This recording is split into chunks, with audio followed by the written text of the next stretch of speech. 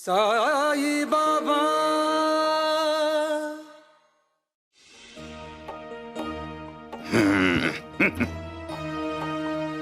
तो बाहेर म्हणत होता की तुम्हाला काहीतरी खटकलं म्हणून. मी म्हणलंच आत गेले असतील थाळा वाडा या. गडी माणसाला जेव मगलं ते बी आपल्या माणसाला समजना. काय काय काय काय म्हणलं, माझं माझं ध्यान नव्हतं. बोला काय. कुठं काय आकाशवाणी एकदाच होती. आता कुठं काय बी म्हणताय, आकाशवाणी एकदाच होती ते बी म्हणताय. काय समजायचं काय आम्ही. जाऊ दे, त्या टाळ्यावर बसला ना व, करा आता सुरुवात. काय तरी चंद्रीचं डोसकं फिरलंय का तुमचं डोळं फुटलं. अहो काय आहे?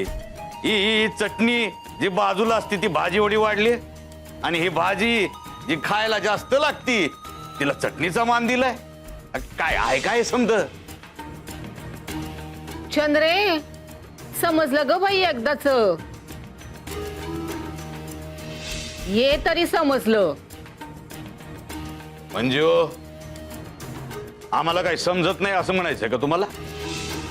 अहो बोला की काय काय असेल ते उलगडून सांगा. कांताबाई थाळ्यावर बसल्यावर चेष्टा न ग. हे काय समज, भाजीच्या जागी चटणी, चटणीच्या जागी भाजी. तुम्हीच विचार करा की. आता सांगताय की उठू. अव तुम्ही बी तेच करताय. म्हणजे तुमच्यासाठी साई फकीरडा, त्याचं मोल आधी चटणी एवढं होतं, आता भाजी एवढं झालंय. आता मग आता शिर्डीत त्याचा जोर किती वाढलाय. अव तुम्हाला पोलीस पाटील की हवी होती ना. मग त्या साई फकीरड्याला मारल्यावर तर दादाच पोलीस पाटील असेल तर काय उपयोग. तो तुमच्यावरच आळ घेणार. त्या परीस त्या दादा पाटलावरच ईशाचा उपयोग करा ना.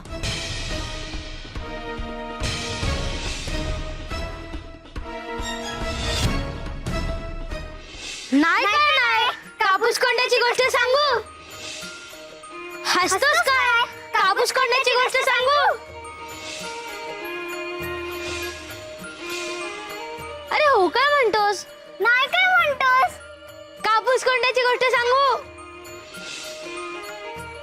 असं काय म्हणतोस. कापूस कोंड्याची गोष्ट सांगू. मामा,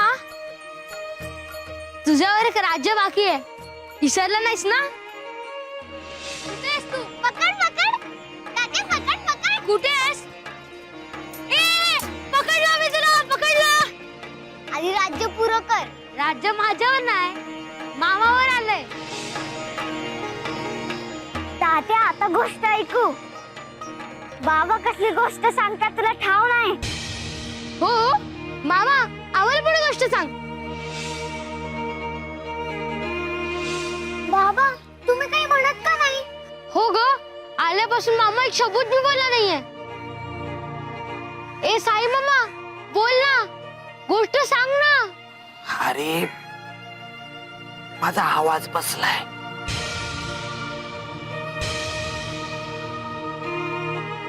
मी उद्या सांगेन ना. मी आईला सांगतो.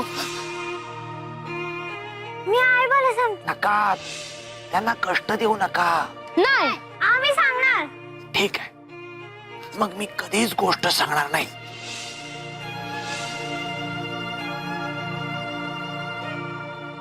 मी बरा होईल, घोर घेऊ नका.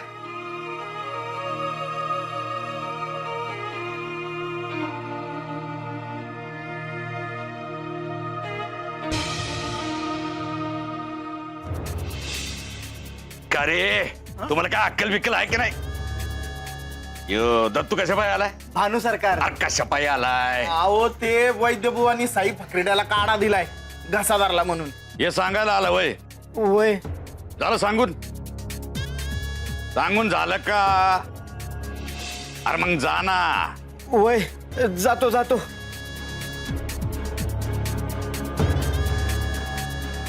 आता मला सांगा, कामगिरी दिली तर तुम्ही करणार ना. अरे का त्या दगड्याला देऊ का मी स्वतः करू. आम्ही करतो सरकार. तुम्ही बोला. दगड्यानं दिलेलं ईश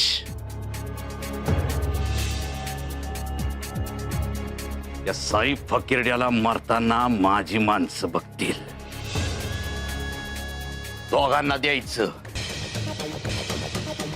नंदी भैरव हा. तुम्ही दादाला द्यायचं. दादा म्हणजे दादा कोते पाटील त्यांनाच द्यायचं. आवा नरम झाली असेल तर म्या करतो. नका नका आम्ही करतो. ए नद्या हा. करू आपण. हा हा हा हा. आणि गणाधाना तुम्ही त्या दत्तूनी सांगितलं नव या फकीरड्याच्या गाड्यात ते ईश घालायचं. जी सरकार. दोघांचा बी काटा एकदमच काढू.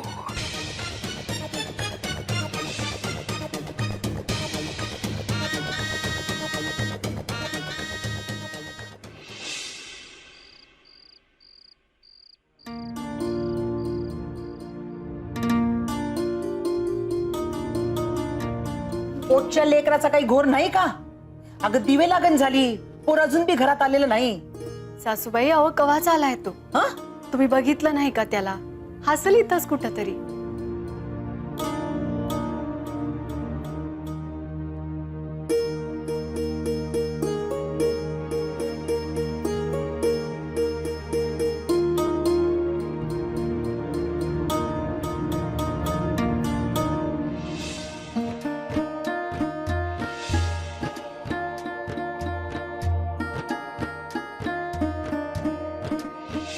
अरे माझा आवाज बसलाय.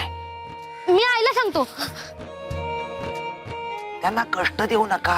नाही आम्ही सांगणार. मग मी कधीच गोष्ट सांगणार नाही. काय रे तात्या, असा अंधारात का बसलायस? आणि मग अशी आजी विचारत होती ना, काहीच का बोलला नाहीस?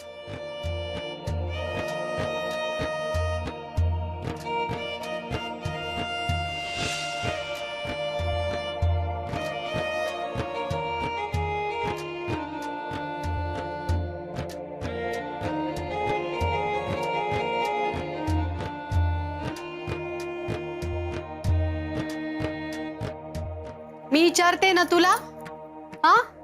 काहीच का बोलत नाहीस? झिपरे अगं काय आहे? इथे अगं इथे. अगं हे काय? हवं हे काय? अगं पोर लहान आहे, बडबडणारच. आता तुला कटाळा आला म्हणून पोरीचं तोंड कोण बांधून ठेवतं वय ग? हा. हवं म्या कुठं बांधलं? उलट म्याच विचारणार होती ती चिमणी आज एवढी गप गप का आहे म्हणून. थांब जरा. काय ग हे कोणी बांधलं?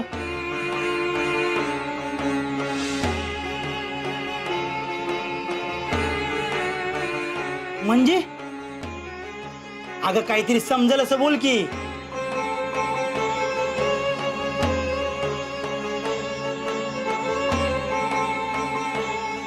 तात्या अरे देवानं तोंड दिलंय ना, हा?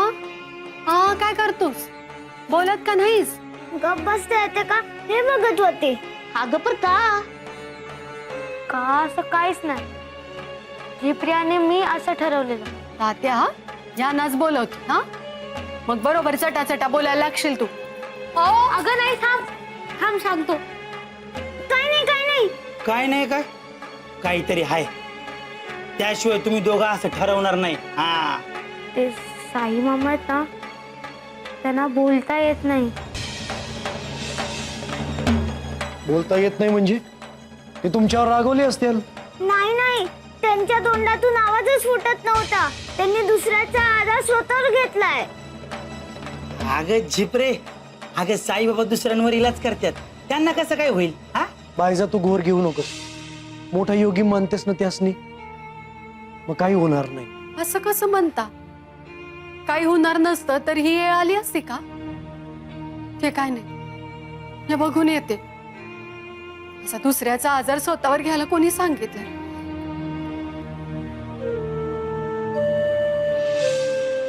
बाईचा माई, अगं तू धावत येऊ नकोस.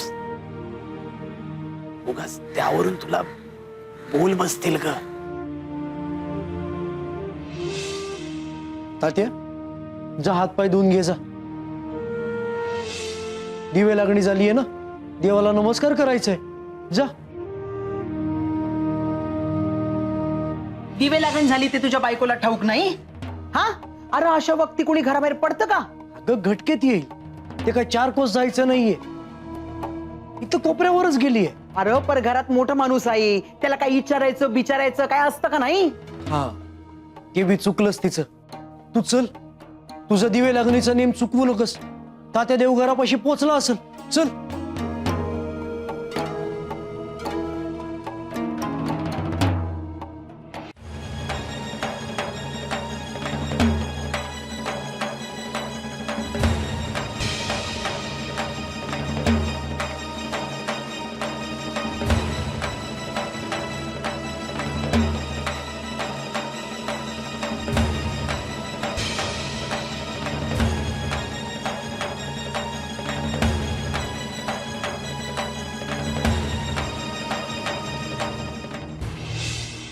साईले करार बाईचा माई, हा का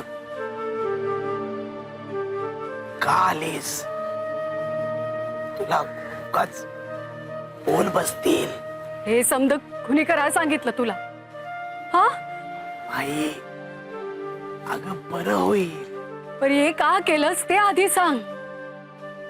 समध्यांची मदत करत होतास ते कमी नाही का झालं तुला?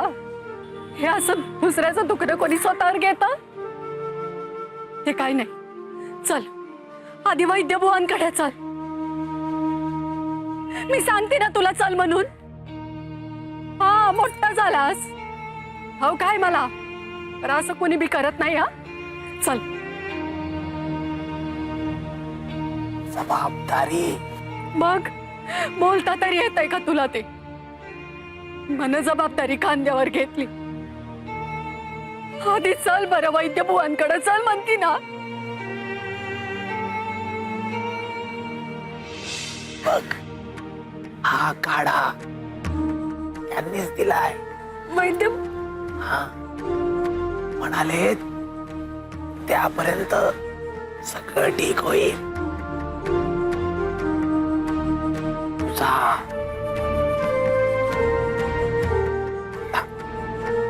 मी येतो सोडायला. चल.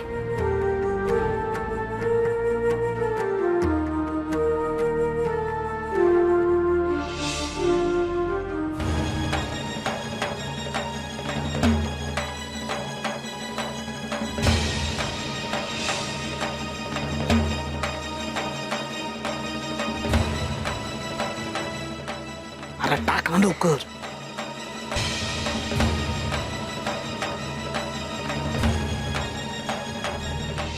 अक्के, अक्के, तू का आलीस? बरं झालं शरद तू आलास.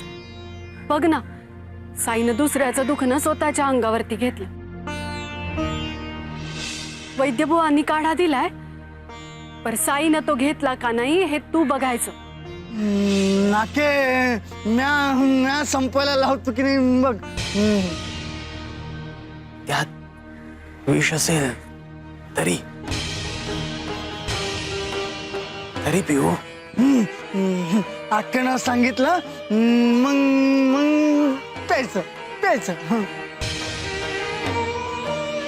काय र, तुला खरंच असं काय वाटतंय? खरं सांगा. नाही. कधी कधी ताता एवढा लहान होतोय तुझा यो लेक लेक. गंमत करतो, पर म्या बघतो ना. आता तू घरी जा, मी काढा पिईन बस. शरद तू हाके नाही घेतला तर म्या स्वतःच्या हातानं पाचतो की नाही बघ.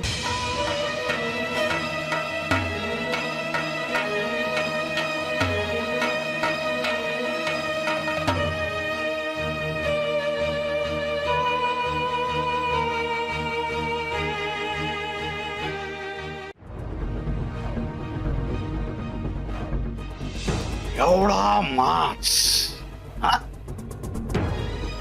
तो मास आहे या खुर्चीमुळं म्हणजे ही खुर्चीच नाही राहणार बघ आता. इंचवाच्या नांगीवर पाय ठेवलायस आता त्यो डंक मारणारच.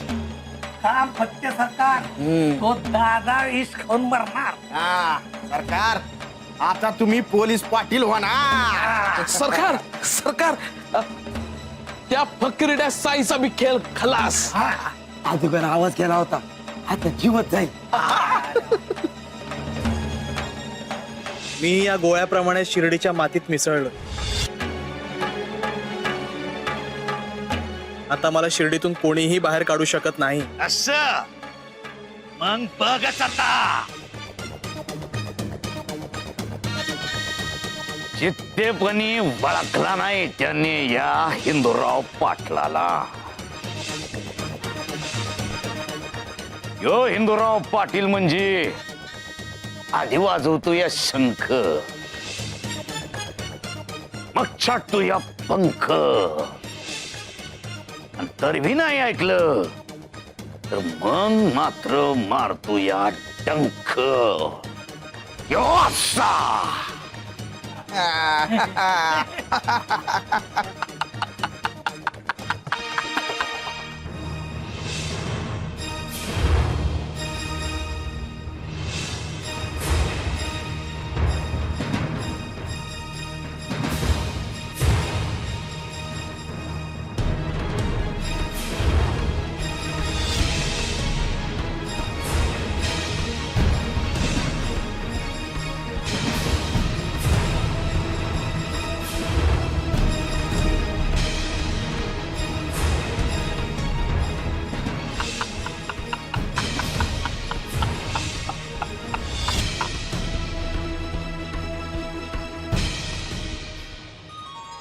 प्रामाणिक आणि साधं आयुष्य जगतात त्यांनाच दुःखाची झळ आणि वेदनांची कळ सगळ्यात जास्त सोसावी लागते.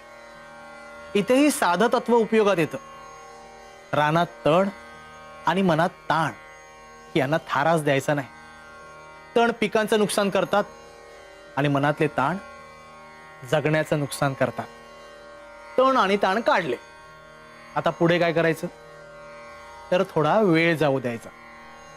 एकदा वेळ निघून गेली की सगळं काही बिघडतं असं म्हणतात. पण कधी कधी सर्व काही सुरळीत होण्यासाठी वेळ हा जाऊ द्यावा लागतो. मग ध्यानात घ्यायचं वृक्षाचं पान सुद्धा त्याच्या संमतीने पडतं. मग आपल्या बाबतीत कोणामुळे काय घडणार आहे त्याच्याच मुळे ना. घडून गेलेलं आहे तो त्याने दिलेले अनुभव, ही आताची वेळ, ही सर्व त्यानेच दिलेली देणगी आणि उद्या होणारा प्रवास म्हणजे त्याने ठरवलेली आपली ध्येयाची वाट. श्वास भरून घ्या, सगळं त्यानेच ठरवलंय.